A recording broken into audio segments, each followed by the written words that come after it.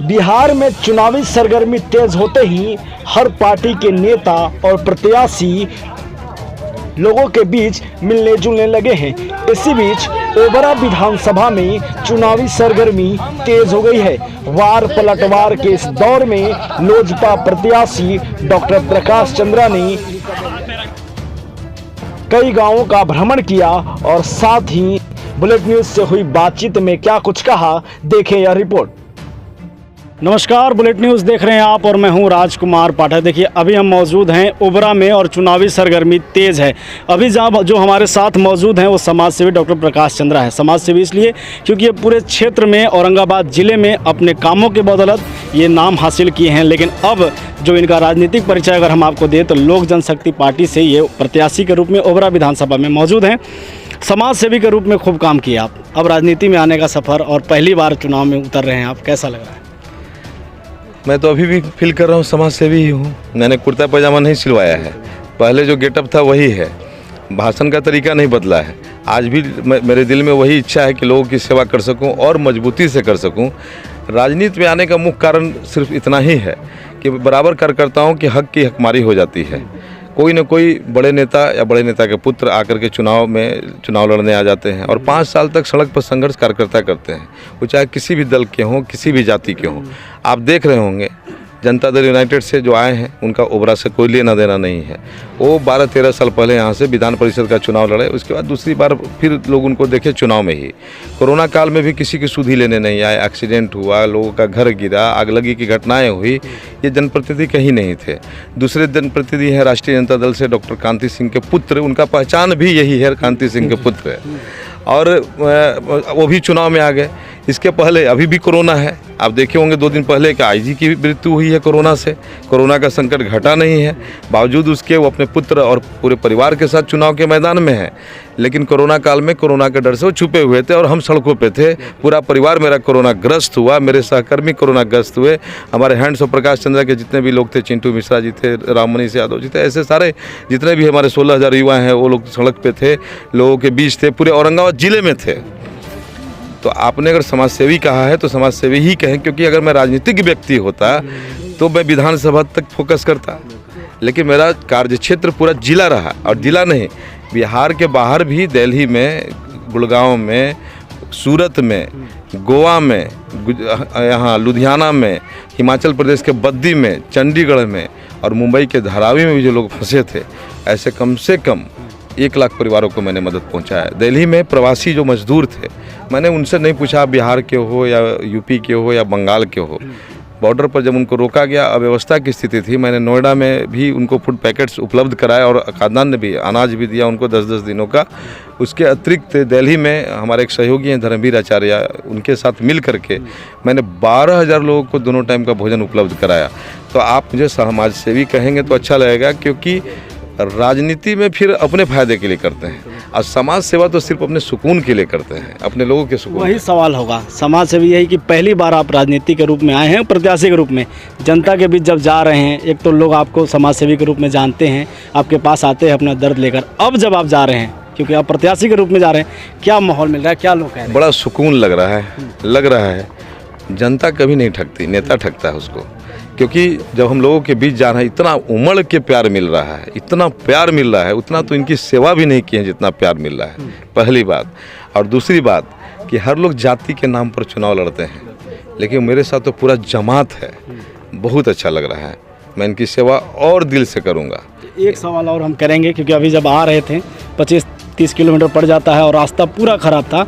जनता से जब ले रहे थे उनका ओपिनियन, तो ये कह रहे थे कि जब 5 साल होता है, जब चुनाव आता है, नेताजी आते हैं फिर नहीं आते हैं। आप हैं, जीतेंगे, सड़क बना देंगे, यहाँ का जो समस्या है सड़क बनाएंगे। यहाँ की जितनी भी मूलभूत समस्याएं हैं, कई गाँवों में स्कूल जर्जर है, कहीं पे पुलिया का अभाव है, नाली का स्थिति बहुत बदतर है, और जो सरकारी योजनाएं चलती हैं उसका पूरा लाभ यहाँ के गरीबों को नहीं मिल पाता है। पूरा बिहार ODF हो गया है।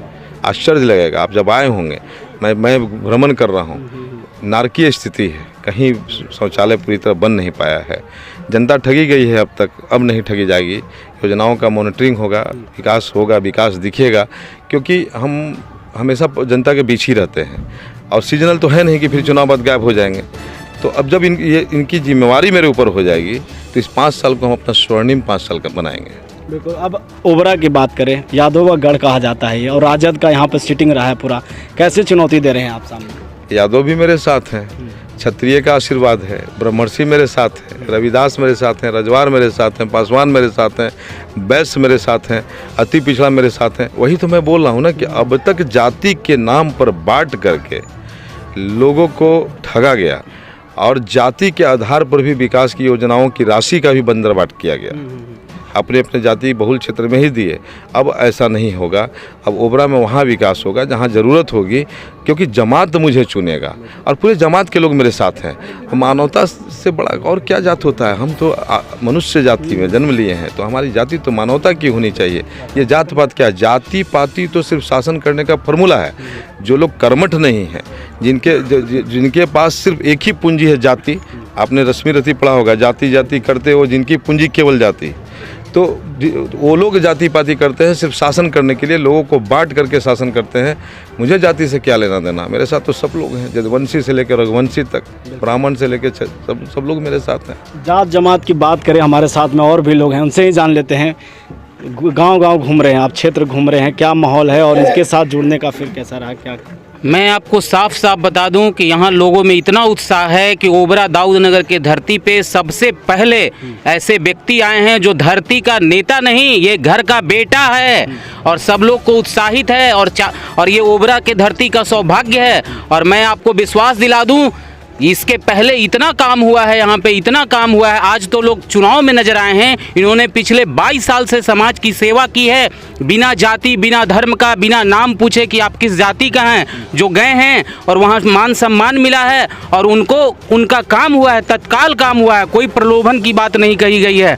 तो आज ये ओबरा और दाऊद नगर के धरती का सौभाग्य है कि ये नेता नहीं, घर के बेटा हैं। आज आप जो इतना जुनून देख रहे हैं, हम जहाँ जहाँ गाँव में जा रहे हैं वहाँ एक सैलाब के तरह जनता उमड़ रही है, पीछे पीछे घूम रही है।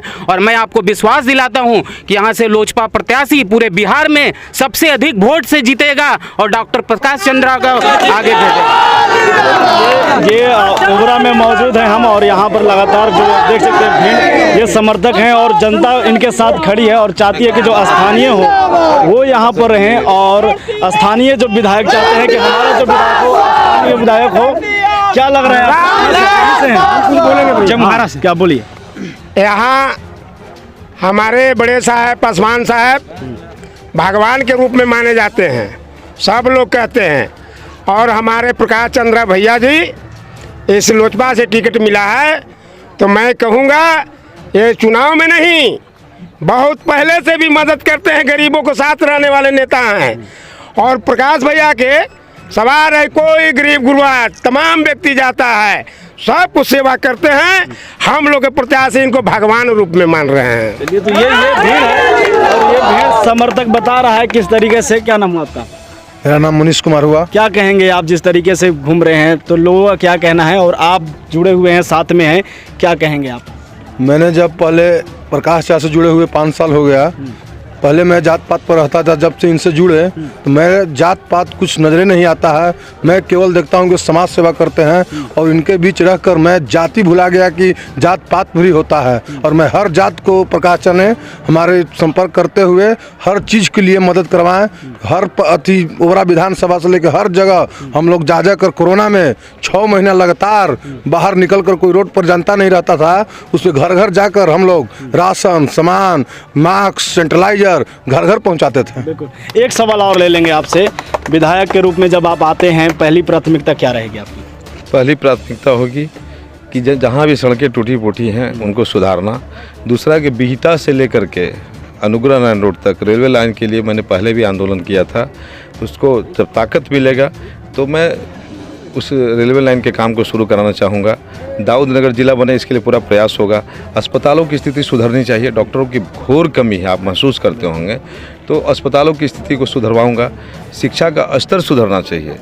जब दिल्ली में लोग निजी विद्यालय से नाम कटवा करके अपने बच्चों को सरकारी विद्यालय में भेज रहे हैं, बिहार में ये बदलाव क्यों नहीं हो सकता? और बिहार के ही टीचर जा कर के नेतरहाट से लेकर के दिल्ली तक पढ़ाते हैं, सारे एकेडमिशियन आपको बिहारी मिलेंगे, तो बिहार में वो क्यों नहीं कर सकते?